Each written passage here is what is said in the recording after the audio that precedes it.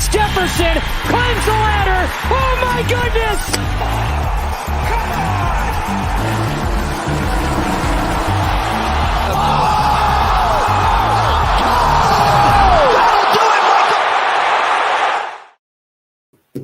What's up, everyone? Welcome to the Round 2 Showdown show here for the John Deere Classic. I got my guy Drew here, and we've got a special guest for the day as well.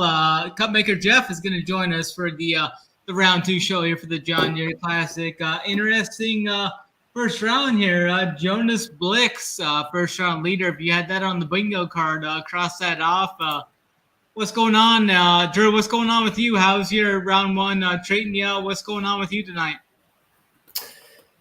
Yeah, Snyder, not too bad. I think a lot of the good plays going into this week are lagging a bit and need to pick it up with the putter. So we'll talk about them. I think they're good targets for round 2.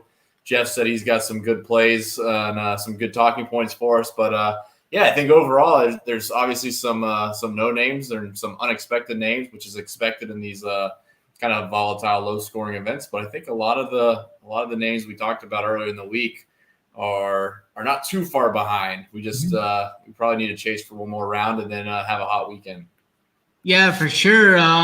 Cameron Young was a late steam, pretty high owned guy coming into the weekend. He ended up shooting 6 under there with Adam Shank and some other guys. Alex Smalley, another guy we talked about, is up there. Seamus Power, Garrick Higo, Grayson Sig, some pretty good names up there. Indy Jeff Seeley, Cupmaker Jeff, what's going on, man? How are you tonight? How's your round 1 shaking out? Good, fellas. Couple things. Yeah, it's funny.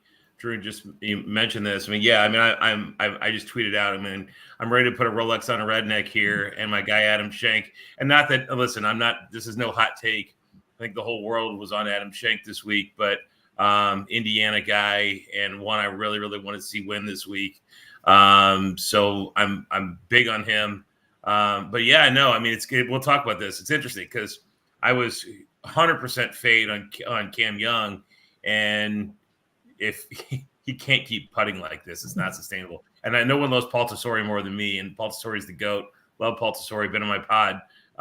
But this is not sustainable. So we'll talk about this, I'm sure. Yeah, for sure. You look in the Cam Young's stat profile over the last, 2 months. I don't think he's gained strokes putting in quite a while. He lost over 3 strokes last week at the Travelers. He lost 5 strokes putting at the Memorial, 4 strokes putting at the PGA. I'm right there with you. I didn't play him, so if he continues to ascend here, he's gonna bury me for the week-long events. But I'm right there with you. We can kind of dive into this. We'll go leaderboard style here, like we usually do. Dive into these top guys. We'll go. Let's go -6 and up. Then we'll include Cameron Young on the top here. We'll go Cameron Young, Richie Warninski, another guy, just absolutely hot fire with the putter today. Nearly gained 5 strokes putting, which is pretty wild. A lot of that came on the front 9 there, where he gained over 4 strokes on the front 9. Any thoughts from you on these guys at the top here? Drew, I'll start with you here. -6 and up. We've got a couple guys in the 9K range and then a ton of values here in this -6 and up range. Yeah, I'll say first off, it doesn't look like there was a huge split in the AM and the PM. Obviously, always a little bit easier conditions in the AM, a little softer greens. But this golf course is kind of set up easy every year anyways, and I don't see a ton of weather as far as wind goes tomorrow. So I'm not too crazy on AM versus PM for tomorrow. So the first guy that I'll mention is Garrick Higo. And I think, Snyder, you and I talked about him last week on Thursday night as a guy that potentially – it might have been locks on Friday, but – yeah, he showed a little bit of something last week, and obviously a similar type of scoring golf course.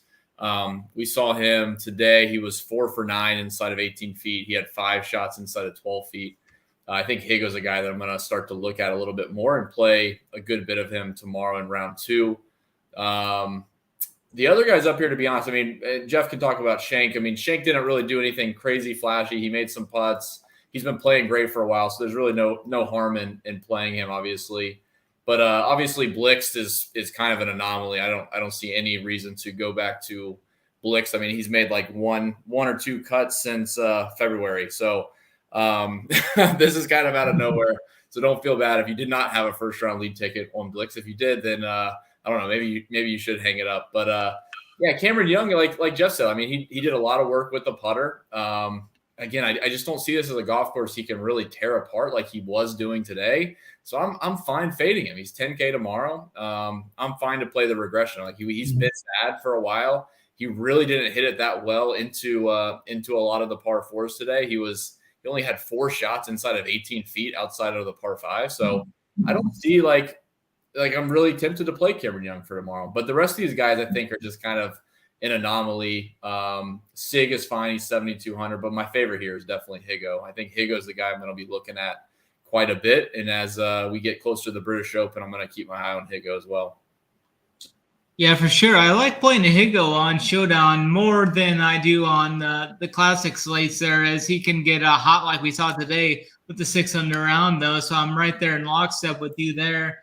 Adam Schenk was a guy that he's going to go out late tomorrow, but he did pretty good everywhere except for around the green. So I kind of maybe will get to him if I need a spin up there at 9,400. I'd rather play Schenk than Young. I know Young's going to tee off early tomorrow, but man, I just don't know if I can trust that much on Cameron Young gaining that with the short game. I mean, he was losing strokes approach today and gained over 4 strokes with the short game today. I just don't know if I can see that carrying over into tomorrow. Even though he has an early tee time, he's going to go off at 7:40 tomorrow.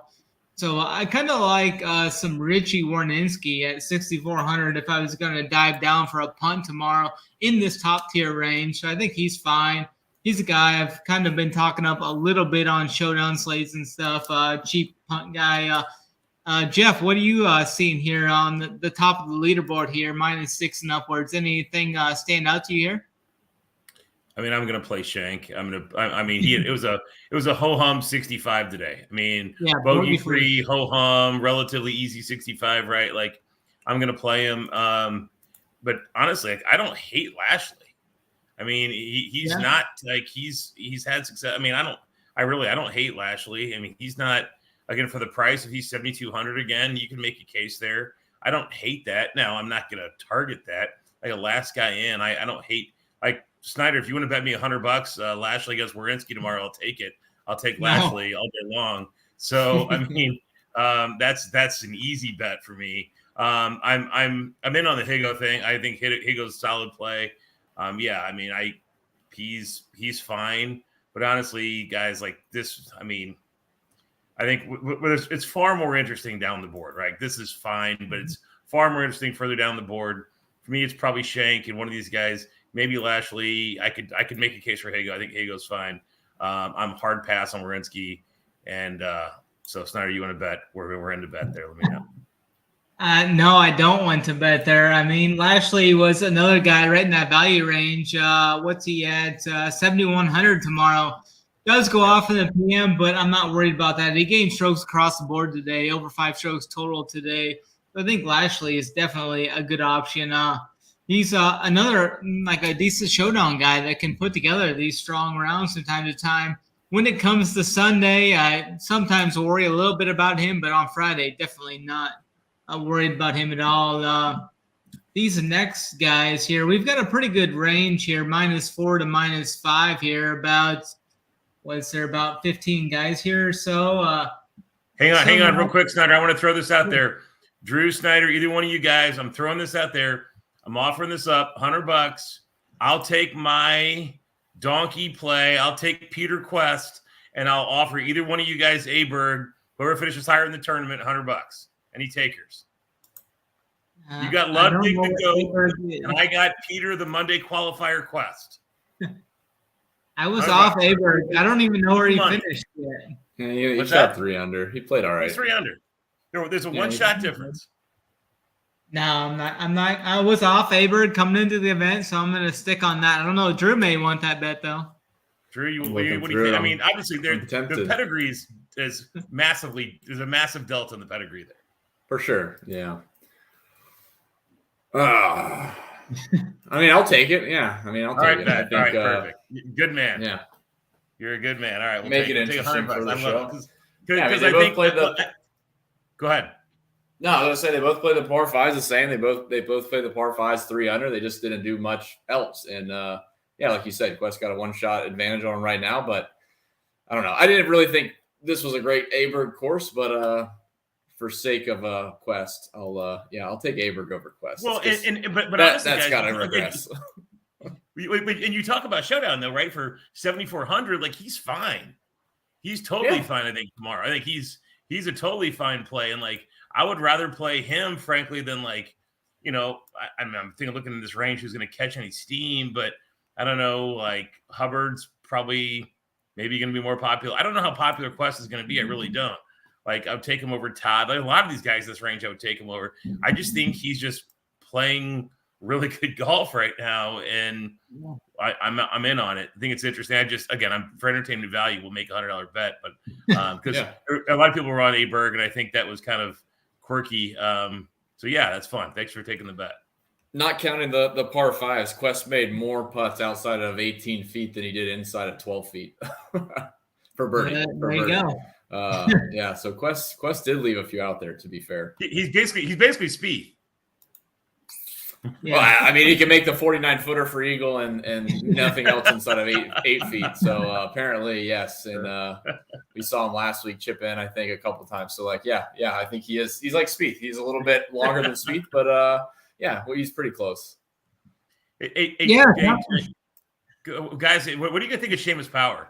I was looking at him this week, and I played like a fairly high amount of him this week, and I played 20 lineups, played I think 30% power. I was scared of him. He's a course history guy. I was scared of him though. No. Yeah, he's got a good course history here, right? Mm-hmm. Like a couple top 15s. Just terrible form coming in. That kind of shook me off him. I never got to the Seamus coming in, but definitely kicking myself looking back at the leaderboard now.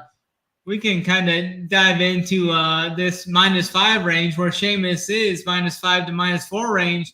There was another guy that just kept popping in every model I ran this week. I did not play him, but he just kept popping up super high in every model I was running. I was trying to tweak it to see if I could get him out of it, and he just wouldn't come out. But Satoshi? Was it Satoshi? Yeah. Same for me. He just was popping in everything, and I kept trying to mix everything up, and he just kept popping. I was like, what is going on with this guy? And I thought for sure you were going to say William Meow Meow.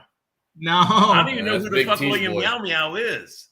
I don't either, but there was definitely some people on him. What did he shoot today? He shot 5. He's in the 500 range. Yeah, he just graduated. He just graduated from Pepperdine. Or he's a senior at Pepperdine. I think he just graduated. Yeah. No, he's a good player. Yeah, that's a good play from him. Looking at the stats here, strokes gained tee to green, 3.5 strokes gained, bogey free 5 under. Let's see if he can keep it rolling. He definitely took advantage of the par fives. It looks like. I did not play him. His price for tomorrow. What am I seeing here? 6,800. He'll definitely be popular going out in the morning tomorrow. 6,800. 857 is his tee time. Wait, would you say he's definitely going to be popular? I think he will be. I think people click popular. I think he'll people be over 15%. I bet tomorrow. Yeah, like what? Like what percentage are we thinking? Like north of 15%? Yeah, 18%. 18%. We think Meow Meow is going to be 15? There's another $100 bet sold. I'll take south of 16% for $100. You can take that, Steiner. I'm already down 100. This is why Jeff wanted to come on. He's going to sucker us into all these bets. I'm going to come up with other ones, like the pricing of Cameron Young on Saturday is $10K.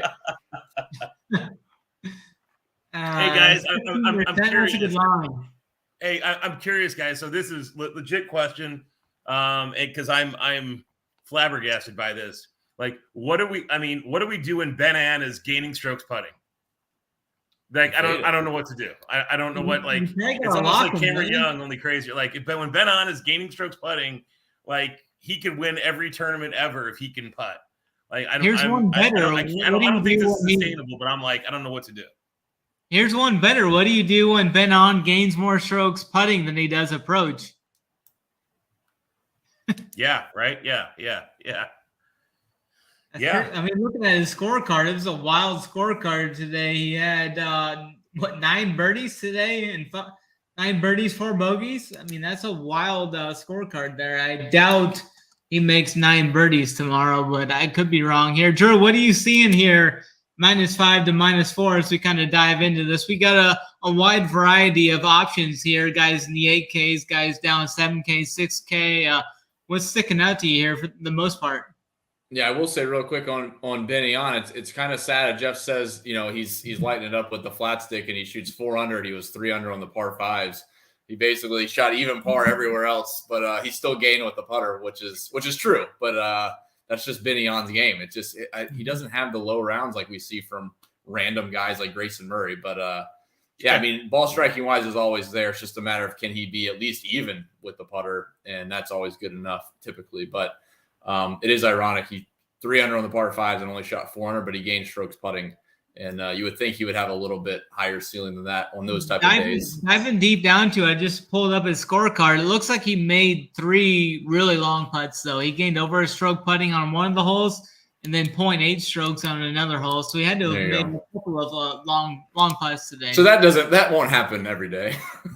Yeah. I'll talk about the 4s and 5s really quick. I won't be going back. I didn't go to Satoshi, but I won't be going back to Satoshi. I just once I sit out on someone like that, it's just I'll just keep sitting it out and keep losing, I guess. But I don't see how everything that I looked at didn't match up to what you were talking about, Steiner. Like, he kept popping for me, and he had like 5 missed cuts in a row or something. So it doesn't make sense. You just, like Big T says, play good plays. Don't just play the guy that's popping because you wanted to wait 125 to 150 or something like that. So I will say Batia grades out pretty well. His irons looked really good today.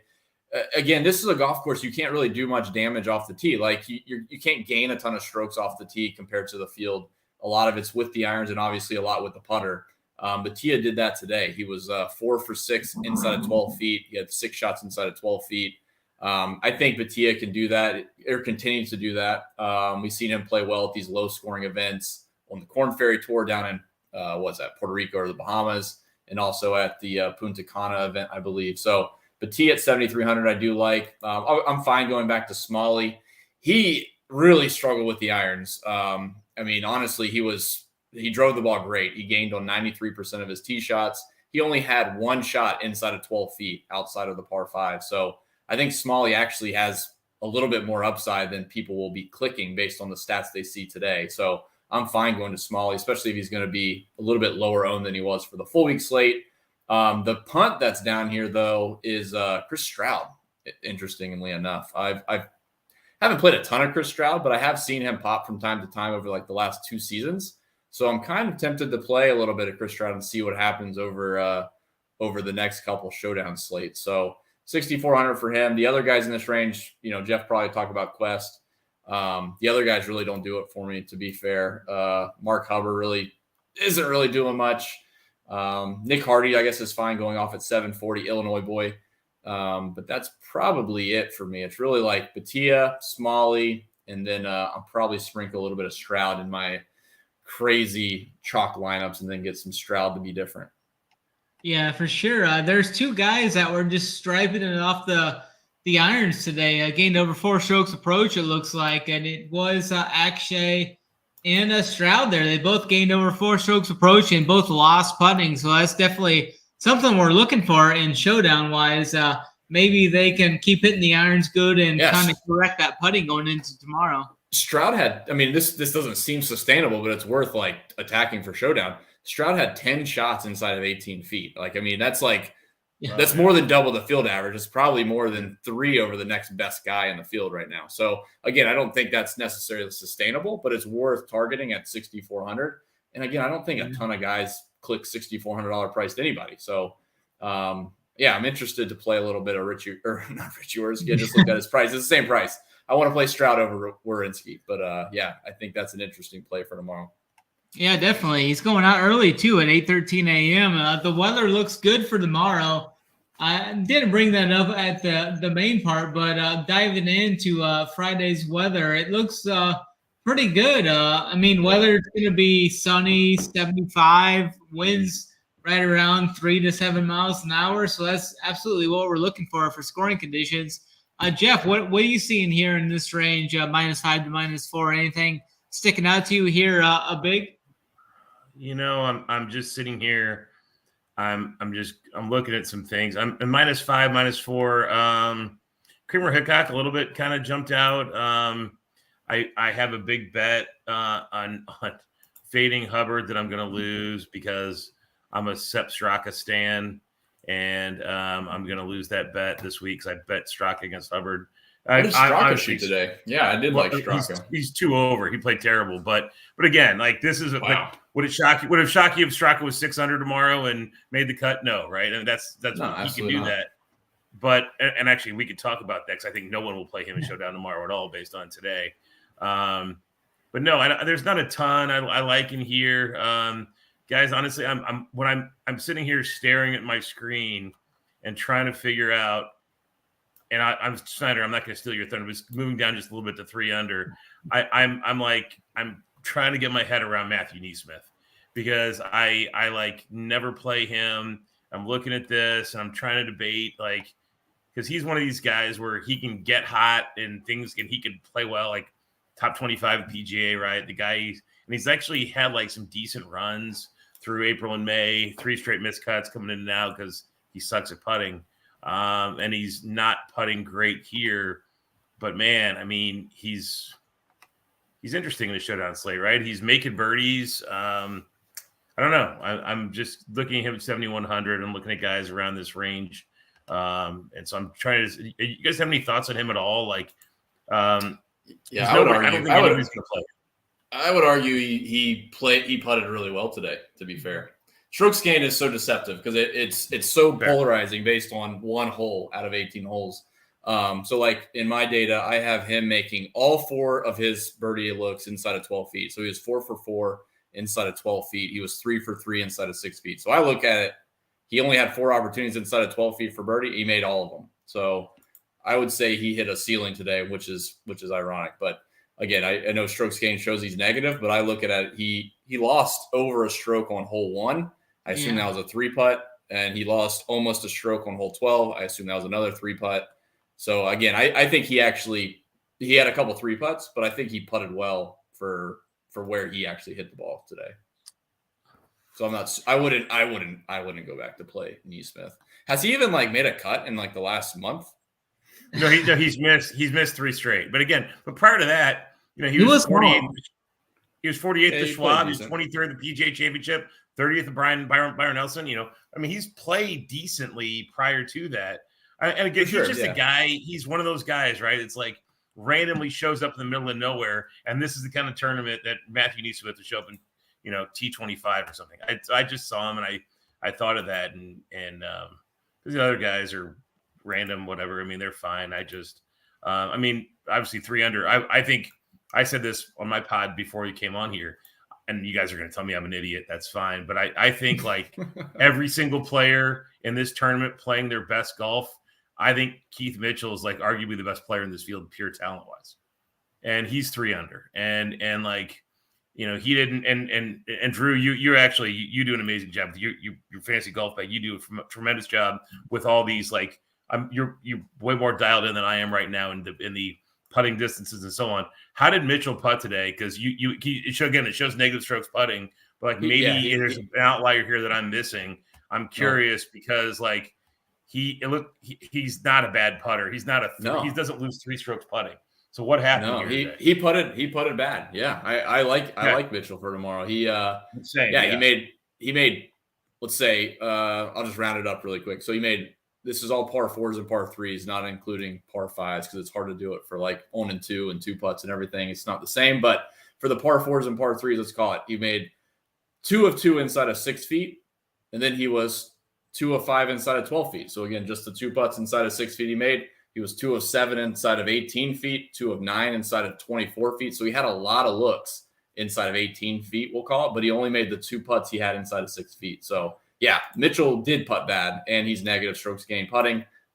That checks out quite a bit. So yeah, I like Mitchell a lot. I would. He was 13 to green. Best players in the field. Yeah, I think he's probably the best. He was 13 to green. I mean, I think I'm just gonna play Mitchell. I'm gonna play Rolex on a redneck, and I'm just gonna sprinkle in randoms and play 20 lineups. That's my strategy. Yeah, I like Mitchell. Like the dude's fun to play anyways. Like I think he's like you feel good about playing him over like Grayson Murray, obviously. Like if Grayson Murray just feels dirty every time you click his name, if you ever click his name, which I don't, but I can only imagine. But Keith Mitchell is just seems like he's always got a low round in him. It seems like when he gets the putter going, his putter is always his weak point. But like I said, he hit the ball really well today. Irons look good. Like I said, you can't do a ton of damage off the tee, but his irons are right there, and he just needs to make a few more putts. So yeah, I like Mitchell. Yeah, man. He only played the par fives even par. We just talked about a few guys played the par fives 3 under. So I mean, all things considered, 3 under par, only making 2 putts inside of 6 feet and playing the par fives even par. I mean, he was probably 5 shots below his ceiling, and he shot 3 under par. Mm-hmm. Yeah, today. So yeah, I like that call a lot. Yeah, I can get on board with Keith Mitchell there, 9,300. The only downfall, I mean, slight downfall would be the PMT time, but I think he's a great. That's your late hammer. Come on, Snyder. That's your late hammer. Great. You're sitting there. Who doesn't love the late hammer? Who doesn't sitting there all day? Hammer? Let's Dude, go. That's every birdie on that back 9 is just moving you up. Come on. No, Keith can definitely help you with that late hammer deal there. I love the late hammer call. That's a great transition point here into the -3 range. I think the only guy I would mention in this -4 range that you guys didn't, I don't know if you guys mentioned Nick Hardy or not. I just like him just for a tournament ass point, high upside guy. He made 6 birdies today. 2 birdies. He's a guy that can go out there and shoot. I mean, he can go out there and shoot like 65 or something tomorrow. I think he's got. Wait, hang on. No one's going to mention Denny McCarthy in the -3 range, really? Well, I'm going to get there. I mean, I was just finishing off the -4, -5 range because Nick Hardy had a 740 tee time tomorrow. But I do diving into this -3 range. I mean, Killer Keith is right there. I mean, Denny's right. Denny was just very, very hurtful on the par 5s today.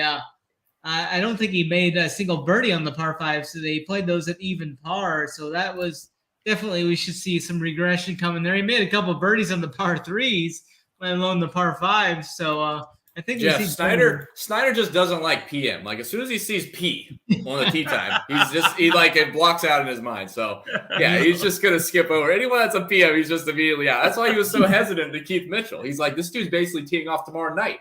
I can't play this guy. He's so teeing off so late. But no, Snyder loves the A on the A. He's gonna take Doc Redman over Mitchell tomorrow in a head-to-head. Absolutely. Because one's teeing off at 7:00 and one's teeing off at noon. That .05 stroke advantage is a big deal. Been decent, but typically, to be fair to Snyder, typically AM does have a big advantage. But I will say tomorrow, I don't think it matters at all. Keith Mitchell shoots 62. It's all good. Yeah, right. Sure. Diving into, we have another guy down here that I glossed over a couple times in Cameron Champ. He shot 3 under today. He's got a decent score today, 3 under in the PM today. He goes out early tomorrow.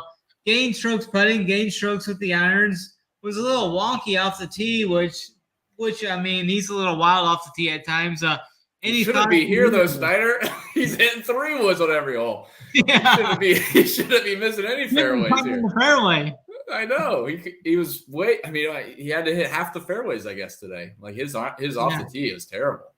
It was not good.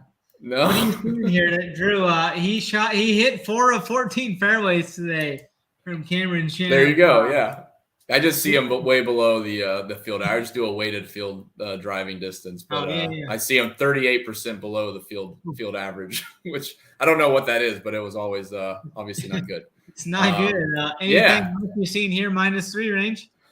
No, I mean, I guess you could make.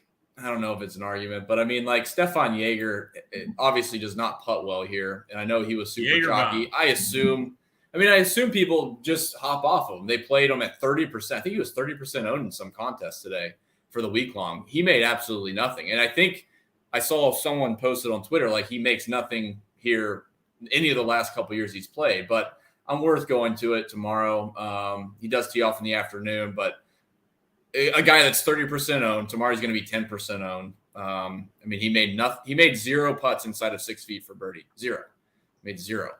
So yeah, I do like a little bit of Stefan Jaeger at 9K. I'm fine with even Chris Kirk going off. So those top guys in this range, I'm fine with. The cheap guys here, I'm not super excited about anybody. What about your boy MJ Defoe? No, thanks.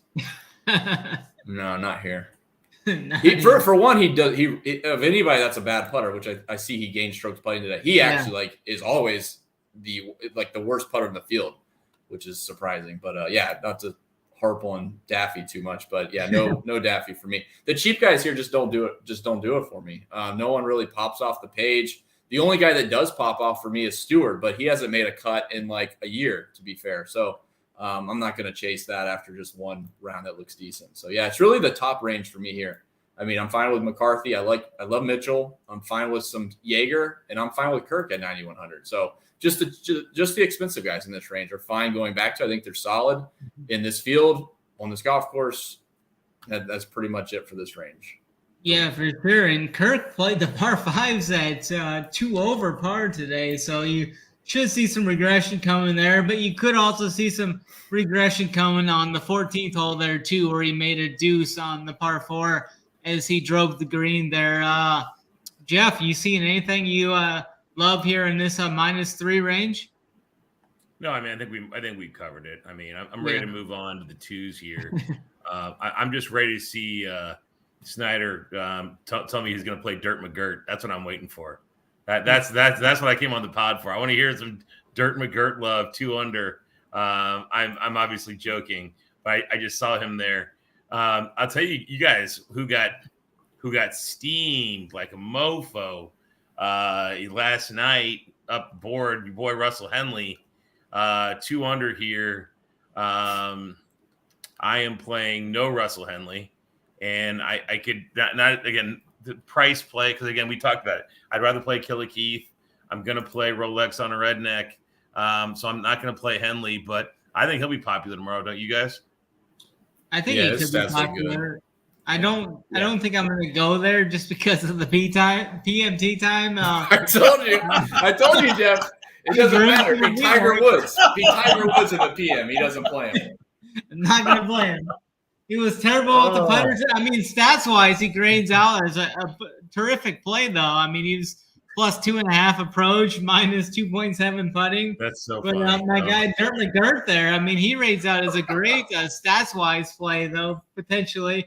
He's going out early. If Dirt McGirt tees off at 6:45 a.m., would you play him? 6K, goes off early, he made 5 birdies today, played the par 5s average. He's sold already. Dirt McGirt. I just sold him. Yeah, you said he's first off. He said, "Yeah, I'm in. Screenshot it." Well, so hey guys. So in all seriousness, I mean, in this 2 under, 1 under range, obviously there's a ton of guys here. I mean, look, like there's 3 guys I want to talk about, and you guys can talk about whatever 3.5, maybe 4. But I'll just talk about a couple guys real quick. Obviously, the 800-pound gorilla here is Eric Cole, right? The entire world was on Eric Cole. I think people probably, maybe, go back to him tomorrow. I certainly will. Unless he tees up at 3 p.m., that's going to be a hard pass. But no, I mean, all jokes aside, I'm 100% playing Cole tomorrow. But a guy who I played this week, and I talked about it on my pod a little bit, and I think that, like, whatever reason, he just plays solidly here, and I'm in on tomorrow, and he played, like, didn't play great. They putted well. Aside from that, he did nothing. Nobody, absolutely nobody is going to play Chesson Hadley tomorrow. He will be 1% owned tomorrow. And I actually think he's a low-key good play. And it's not based on his round today, which was not great. His putting was good. But he's a guy I was in on pre-tournament. I think he's certainly not out of it. He's a guy I like as a low-key play tomorrow. And, I mean, the American hero, Harry Higgs. Are either one of you guys going to take a stab at Harry Higgs tomorrow? Hope he makes some birdies. I'm just kind of curious there in general. I'm kicking it. And then obviously Ches Reavie's been the GOAT last couple of weeks. I think he'll get a little steam. Tell me what you guys think about maybe Reavie, Cole, and Harry Higgs for whatever. But honestly, Chesson Hadley, no one's going to play him. And you guys have any thoughts on that at all?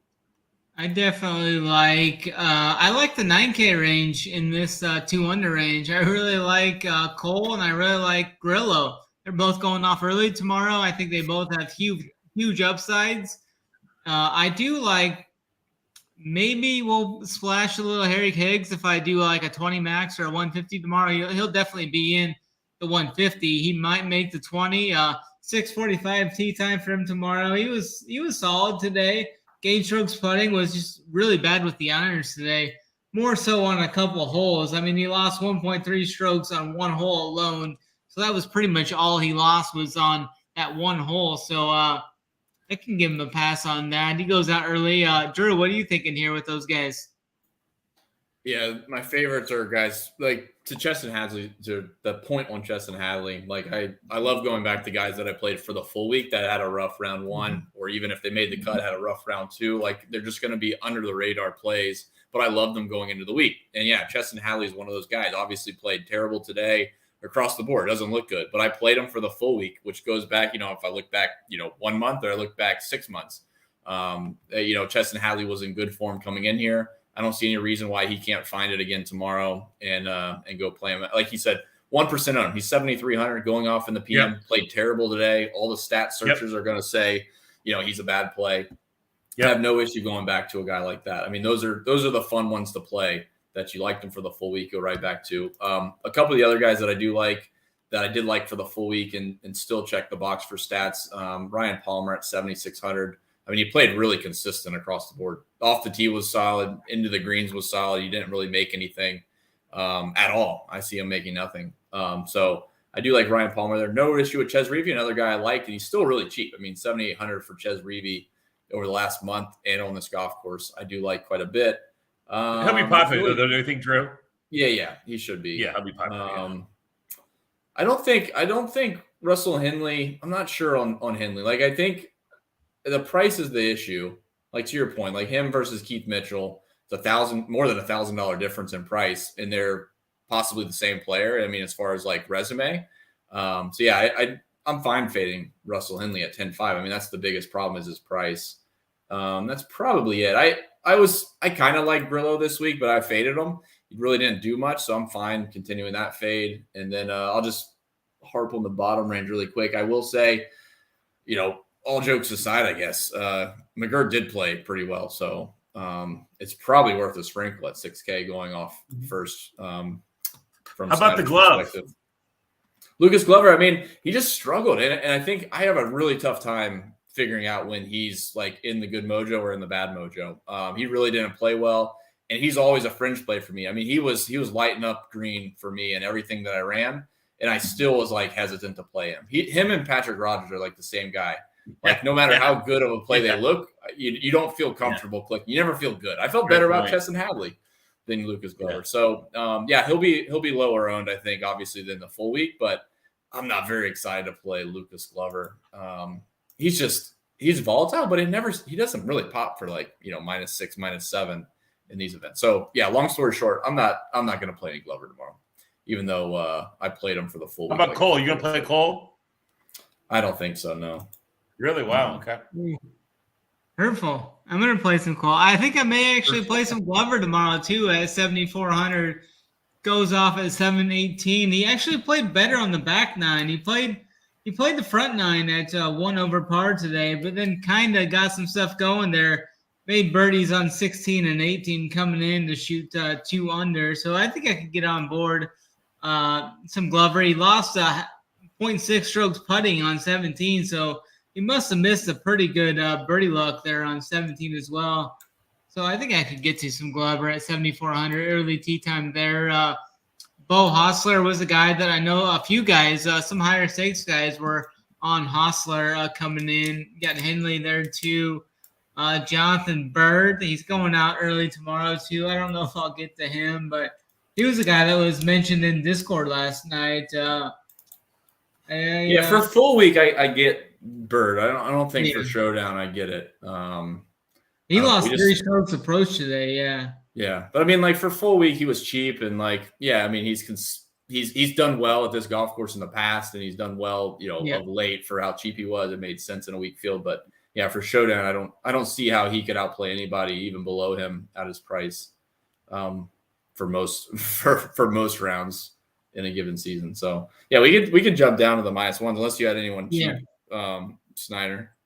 No, I think we pretty much covered that all around the table there. -1, we got a pretty big range here. Probably about 30 guys here in this range. We got guys from like Russell Knox, Doug Gim. They're both going out PM. We got Chad Ramey. Chad Ramey is the guy that was popping for me. I ended up putting him in about 10% of my builds this week. You got Patrick Rogers, Adam Hadwin, some other guys that are in that upper tier pricing range. Aaron Badley's in there too. Dylan Wu, he was the guy that was really popping for me in the models coming into the week. 6:45 tee time for him tomorrow. He's going out.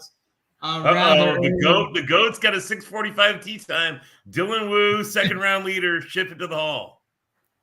And it could. I mean, I love Dylan Wu tomorrow. I love him tomorrow.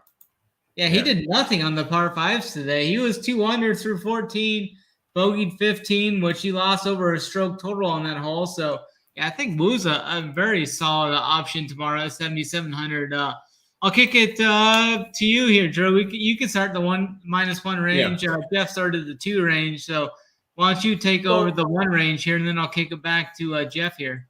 Yeah, I mean, Jeff brought up Hadley here at -1, so again, fine with that. Maybe that was the only one Jeff wanted to really nail right in this range. Like I said, there's not a ton of cheap guys that as we go down that really are super tempting to go to unless it's a sprinkle. Like I'm not super excited to jump back to like James Hahn's been popping pretty much all year when he's played, but he doesn't even make cuts. He's like the Russell Knox of 2023. But the guys at the top here, I'm fine going back to, even though they're going off in the PM. I liked Hadwin going into the week. I think he started off really well and he made nothing coming in. He was 2 for 6 inside of 12 feet.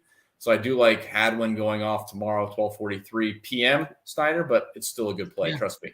I'm fine with Dylan Wu and Doug Gim. I honestly was kind of lower on Taylor Moore this week, and he started off pretty well and didn't make anything. So I will say 8,900 for him seems expensive for how he's kind of dropped since the Valspar, but he made 0 putts inside of 12 feet for birdie. So I think Taylor Moore is interesting. I probably won't go there. There's other guys I would pay around the $9K price. And then Patrick Rogers just WD'd last week. I don't know if it was because it was in Detroit and he just didn't like the vibes. I don't know. But I didn't play any Patrick Rogers this week, and I was very surprised to see him over 20% owned. So no Patrick Rogers for me, and that's probably just that's just my case for the week. I didn't play him. I'm not going to chase anything in a single round showdown for him. Yeah, we've got a couple other names here. Chess and Hadley's down here for sure. Kevin Yu is a guy that kind of burned some people last week. He comes back. Was good with the putter today. Was bad around the green and with the irons. So he lost over 2 strokes around the green. Lost a stroke and a half with the irons as well, but still made some birdies today. Made 5 birdies. He made 4 bogeys to go around with that as well. Jeff, what are you seeing here on -1? Anything outside of Hadley that you're liking down here? So Drew mentioned Gim. I love Gim. I think that's a terrific play tomorrow. And I'm Dylan Wu. That's my guy, so I'm in on him. But I'm interested, guys. Like I'm just thinking like pure raw talent, young guy. No one's gonna play Sargent. He's like gonna be 1%, and he's the guy I could see make some birdies tomorrow. I'm just saying this. If you're playing a bunch of lineups, I might throw him in 1 because I think I could make a case for him. Irons weren't great, gained off the tee, but again, he's so young and so inexperienced. I just think maybe like a bullet, but aside from he that, will at some point, right? At some point, he's absolutely. That's what I'm saying. Yeah. And why not John Deere second round, right? Like exactly, it's kind of that just that thing. So it's like that's why when I looked at him, I'm like, you said EVR or Sargent all day long, right? It's absolutely, so that's no question. So I'm just, but so for me, it's like probably Gim. I mean, obviously, I said Hadley. I was big on Gim coming in. I like Gim. And then Wu. And honestly, a gun in my head. And listen, I played Rogers over Nick Taylor big in a head-to-head because I'm a little bit of a Rogers stan. I'm just a sucker, whatever. But I think I'm still live in that. But no, I like Sargent a little bit as a one-off. I think you could do a lot worse than that. So we can move on from there. Yeah, for sure. Diving into this even par range. I mean, there's a I got a guy. Hang on, I got a guy. I got a guy, and I get so much shit all the time. About 26 guys here, I think. What's that?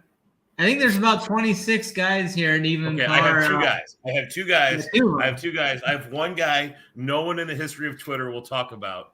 And I play this guy randomly one-off all the time, and like 1 out of 10 times it hits, and when it does, I feel like the biggest genius on earth. This guy is a guy. He is the world's worst putter, but he's a great ball striker, and he's a good dude. And I am a Jim Herman fan, and no one else on Twitter or any show you're ever going to watch is going to mention Jim Herman. And I'm going to play 20 lineups, and 1 will have Jim Herman in it, and 1 will have Gordon Sargent. It's 6,100. Free Jim Herman. I'm going to take free Jim Herman. I'm going to have a share of him. And I am a Peter Malnati guy. So I will play some Peter Malnati, just become Peter Malnati. Michael Kim, man, was he bad today. But I mean, the guys I'm looking at, and I'm a big Marty Dew. I like Marty Dew, but man, I was big on Marty Dew coming in. He's not looked good, but I might go back to Marty Dew. So this range for me, first blush, first for sure, play to share Jim Herman, 100%.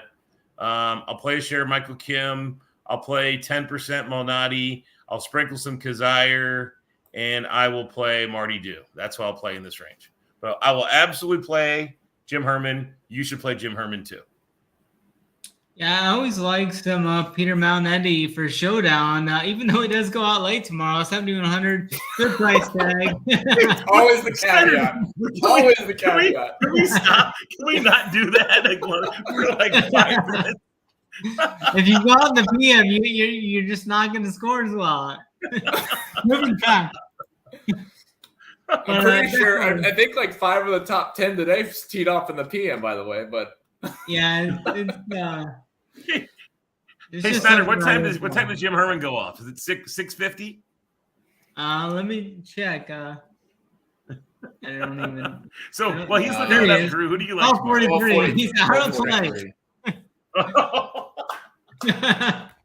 I think you could build a really nice PM only lineup. To be fair, let's do this. This is what we're gonna do. Drew, this is what we're gonna do. We're guys only PM and just like stalk Drew. Snyder and all the matchup streets and all the head-to-heads with our PM only lineup. It's gonna be elite. Yep.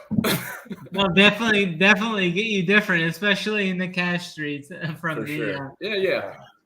I definitely like some Michael Kim though tomorrow. He's going out early. 7-18, shot even today. I was kind of on him. He was a soldier coming into the league, so he's definitely going to have to battle to make the cut line here. I think he's my worst soldier of the week, sitting at even par, so hopefully he can get some stuff going. There's some other decent names down here, Bounty Dow, Christian Buzenhazen. Wait, who's the last person you said, Snyder? Marty Dow. Oh, Marty Dow. You said Dew. Okay. You said Marty Dew. Yeah. I might have said that. What did But our guy Buzenhazen out. He's an RPS staple down here. Buzenhazen's even par going out super early tomorrow. Zadenhoot? Is that you said Zadenhoot? JSU calls him Buzenhazen. Yeah, Buzenhazen. It's easier than Zadenhoot. It's more fun to say. That's true. I'm down with Buzenhazen. That's right. That's what JSU calls him. As long as we're acknowledging we're saying it wrong on purpose, that's fine. Yes, it's from Rookie of the Year, I think. Okay, he got called all the wrong names. Bowen Gardner, it was Bosenhauser, and all these names. So I think that's where it's from. Sure. We got TPC KH Lee down here shot even par. I don't know if I'll get to him tomorrow though. David Lipsky's another guy down here. Carl Wan was a kind of a popular guy coming in. What's sticking out to you here, Drew, down here, minus or even par? Yeah, I'm pretty much on the same plays as you. I got one other different one, but yeah, I'm right there with Marty Dow, 2 p.m., but I do like Marty Dow. Michael Kim, I'm fine taking as a bounce back. We just talked about, I forget who it was, but a guy that's going into the week, people like him, have one bad round, stats don't look good, people jump off. He's going off early, 7,600 for Michael Kim. Has been playing good leading into this week, so I do like jumping back onto Michael Kim. And then Bezaden, who, like you said, I mean, he did play well tee to green. He had 5 shots inside of 12 feet, so one of the best ball striking rounds of anyone, like even par and worse. And he only made 1 putt inside of 12 feet. So I think if Bezaden, I think he gained strokes putting here last year where he finished second. Yeah, he gained about 2 strokes. I think Bezaden still has a decent ceiling round in him, and he tees off early. The other guy that I'll mention really quick is Kevin Streelman. Goes off at 8:02. I think some people talked about him for the full week, and I don't know if he was ever really owned like over 7% or anything, but I think Kevin Streelman's a fun one. Going off early, he just seems like a guy that can go low out of nowhere randomly, maybe like 3 times a year. And I think the John Deere Classic would be a spot for him to, like I said, distance off the tee does not matter here. It's just all about the irons. His irons were decent. He had 5 shots inside of 12 feet.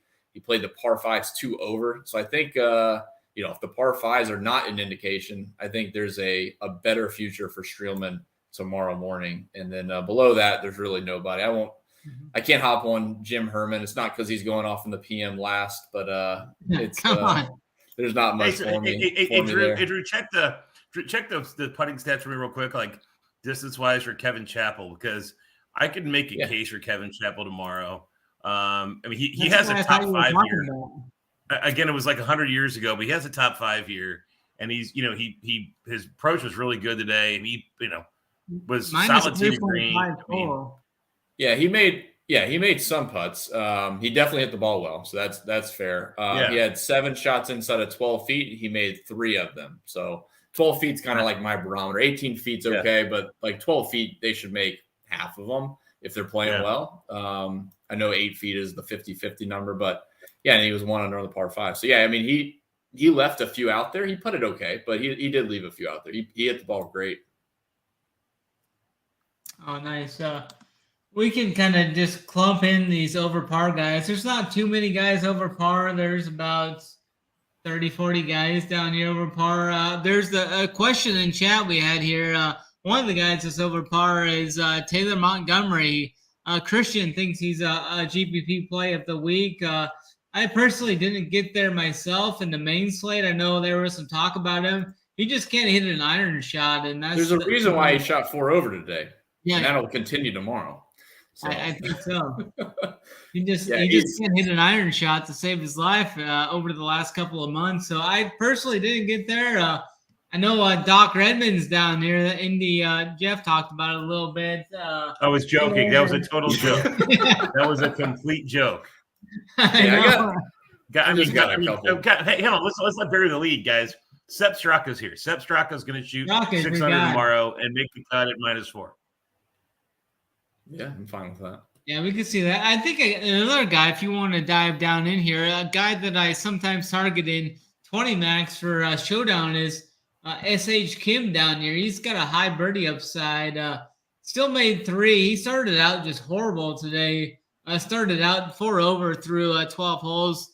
Made a few birdies coming in to kind of salvage his round +1. But I don't see myself getting the too many guys down here.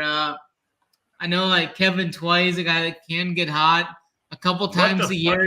What the fuck happened to Carson Young today, bro? I mean, he is dread. I mean, this is just off the chain. Like, he's not this bad. Montgomery's just low key suck lately, but man, Carson Young has been good. And this was double bogeys today. It was just absolutely dreadful. Man, that's just a surprise because he's been really super solid, and that's just really bad. Now, it's just a bad round, I suppose. And actually, he's another guy maybe who could bounce back tomorrow. Yeah. I mean, I would take Straka. At least 2 or 3 chips on number 5. He lost over 2 strokes around the green on number 5 and gained strokes putting on that hole. He must have chipped it in the water or something. I think there's water on those to holes. do something. Hey, I want you guys to tell me this question. So I put this on Twitter. I'm curious your take here. Tell me who in this field has the best real chance to make this year's Ryder Cup team.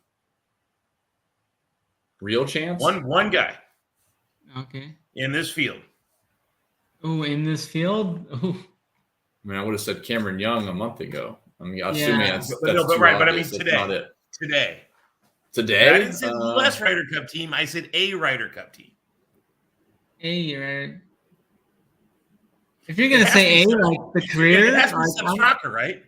I'm still going Cameron Young. I'm still going Cameron Young. If you're going career, over Sepp Straka. For the career, not going to make the Ryder Cup team, Snyder. There's no not for career. Just this year.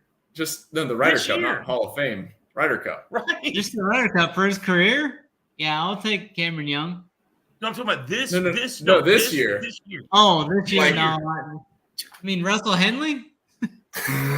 Bro, over Sepp Straka to make the European team.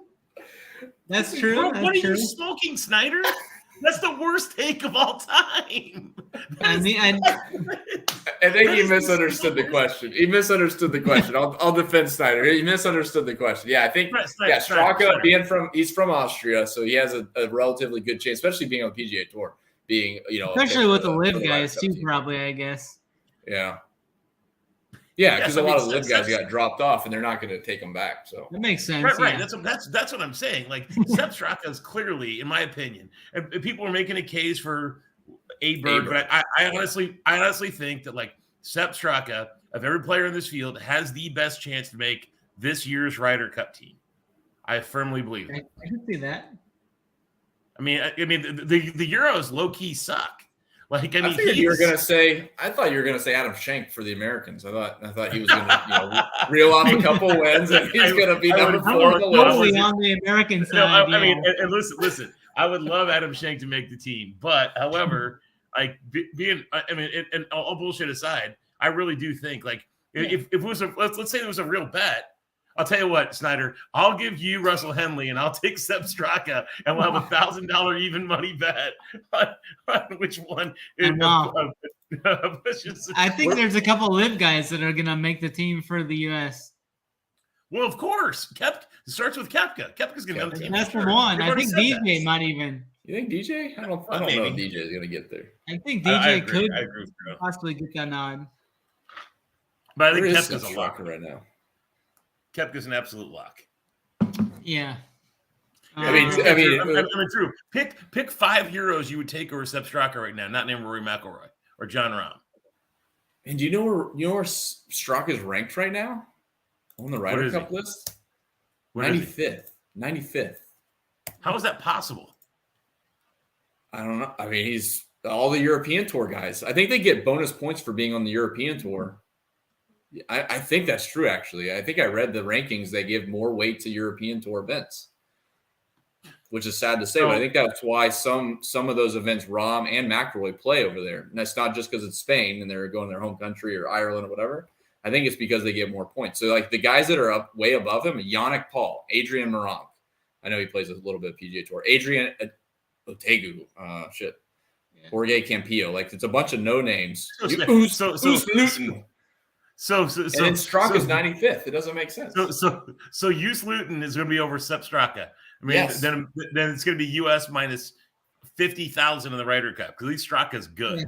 Those guys, you go look like Robert McIntyre ranked ahead of him and Theodore Orson. I mean, they have Eddie Pepperell ranked ahead of him. They have Eddie Pepperell ranked ahead of him. Yeah, serious. So I'm looking at it right now. But there's no way a captain actually picks. Snyder, take the bet, Snyder. Well, no, because if neither makes the team, it's a push. So I mean, because trust me, Henley's drawing dead. But that said, can you imagine being the captain and taking Use Luton over freaking Sepp Straka? This is crazy. They got Alex Noren right there too. Victor Perez. Give me a break. That's a joke. Seamus Powers right there. Well, but Seamus Power, at least you could like. That's an intelligent. You can make an intelligent argument, maybe. But Yeah. Sepp Straka should be on the European Ryder Cup team for sure. I think the locks for the Euro is like Tyrrell Hatton, Justin Rose, Rahm, Hovland, Rory. Fleetwood, Lowry, Rory's definitely Fitzpatrick. a lock. Yeah, Rory's a lock. Rory. Now there's two rankings. I don't want to get it down the Ryder Cup rabbit hole because I don't understand how all the points work for the Europeans over the US. But like they do have a European points ranking and a world points ranking, and Sepp is 10th on the world points ranking. So again, I don't know which one they are using for picks. They probably just make it up as they go. To be fair. Yeah, I'm sure they do. They see Hughes Luton and say, "Yeah, we're going to take that ranking instead of Sepp Straka." They just make it up. But there is a world rankings. He's 10th. So I mean, that's what they're going off of. That makes sense. Well, how about this? He's 37th the official world golf rankings, right? I mean, and I'm looking at Euros ahead of him. I see Lowry 1, Rose 2, Fleetwood 3, Fleetwood, Fitzpatrick, Hatton probably. Hatton 4, Fitzpatrick, Hovland, Rory Rahm. That's it. He's on the team. Usual official world golf ranking. He's on the team. Yeah. Again, I don't know what they're doing with the European tour. It's just a hair ahead of Russell Henley. Just barely ahead of Russell Henley. Just by a head. Yeah. Yeah. All right. Hang on. Let's do something fun. I'm not going to make it $100. Let's do a $10. And you got to win or you don't pay. Let's everybody pick a guy who is 3 under or worse to win this. We'll do a $10 bet. You pay the other guys $10 if you get it. We can pick one. 3 under or worse. I know who you're going. I can cock block you here. Who? Jim Herman? You're not going to cock block me. You're not going to pick Jim Herman. You're going to take Keith Mitchell. What's that? You're taking Keith Mitchell. That's a good guys. Is that you think I'm taking? Well, Snyder, you pick first. Snyder, you pick first. I'm gonna go with Steven Yeager then. You're not taking Ryder Cup champion Russell Henley? No. All right. Drew, who do you want? Man, that's tough. To win, so they have to win, and then we don't pay. So it doesn't matter if they finish 8th. If they don't win, you don't pay. All right, so I'm gonna go for a ceiling here. Let's say, I'll say Ches Reavie. I'll take Denny McCarthy. I was looking at Denny, but I already have an outright on him. So. All right. Yeah, that's good. Yeah, we can kind of close this out as we usually do a 4-man course, so we can kind of have like a 3-man one. We can each give one guy and then one guy that we all kind of like. And I think we all kind of talked about Garrick Higgle a little bit. Is that one guy we can have as a core play between you two? Yeah, I'm fine with Higgle. And I think my favorites. I mean, you mentioned it. I mean, I think Keith Mitchell's a terrific play. Yeah, I think Denny be popular, but I think like a lower owned. I think Keith Mitchell's terrific play. I'm out on Jagerbaum, but I'm in on Higgo. I'm in on Keith Mitchell. There we go. So we'll say Mitchell's in it. We'll say Higgo. Snyder, you give one, and I'll give one. I'll give one. You know where I'm going. I'm going with someone in the morning. Of course. I gotta find a morning guy here. Give me. I'm gonna try and find a guy a little bit down. I might. The name crossed my mind there. You narrowed down the field to 50% just off of the AMT. So he's in the pool. He's in the options. I'm going to go with Lucas Glover. He's going out early. He's 7-18 tomorrow. He's a guy that can shoot like 4 or 5 under, I think, tomorrow. Drew, just pick an afternoon guy. Whatever you do, Drew, pick a PM guy. Depends on how the lady treats Glover tonight. That's all dependent. All right. We'll pick let's see here. Let's say, man, tell you what, I do like Chris Kirk. I think Kirk is a guy. He's going off in the PM, which is really something I want to target tomorrow, by the way. I think Kirk, this is just a perfect Kirk course. So give me some Kirk. Yeah, Kirk's a guy that I've been targeting last week on Underdog for the over birdies prop. I think he hit that all 4 rounds, so he's definitely an upside guy. I like him going into tomorrow. I think we broke everything down pretty good. Kind of ran a little longer than normal. Well, Any I'm final taking down. Hey, yeah. Here's my final thoughts. I'm taking down. I'm in a 267 4-man cash game right now, and I'm taking down McLovin. Oh, and the first guy I'm entering to take him down with Jim Herman. there we go. Jim Herman in a 267. You're just baiting McLovin to dupe you. So he's going to play Herman. First guy I'm fired in is Jim Herman. I love it. I like it there. Any final thoughts for you then, Drew, as we kind of close this thing out? No. I think we broke it down pretty well. Fun show with Jeff, so appreciate him hopping on. Sorry it went a little bit long and started a hair late, but yeah, fun show. Tomorrow should be fun. Some fireworks in the AM and the PM. Don't forget about that. Don't forget about those PM guys. There'll be a few that still fire up some low scores there. I'll have the late hammer. Late hammer. Late hammers are always good. Every birdie coming in at last 9 holes. Ooh, at 5 p.m. Eastern. Man. Get chubbed all up.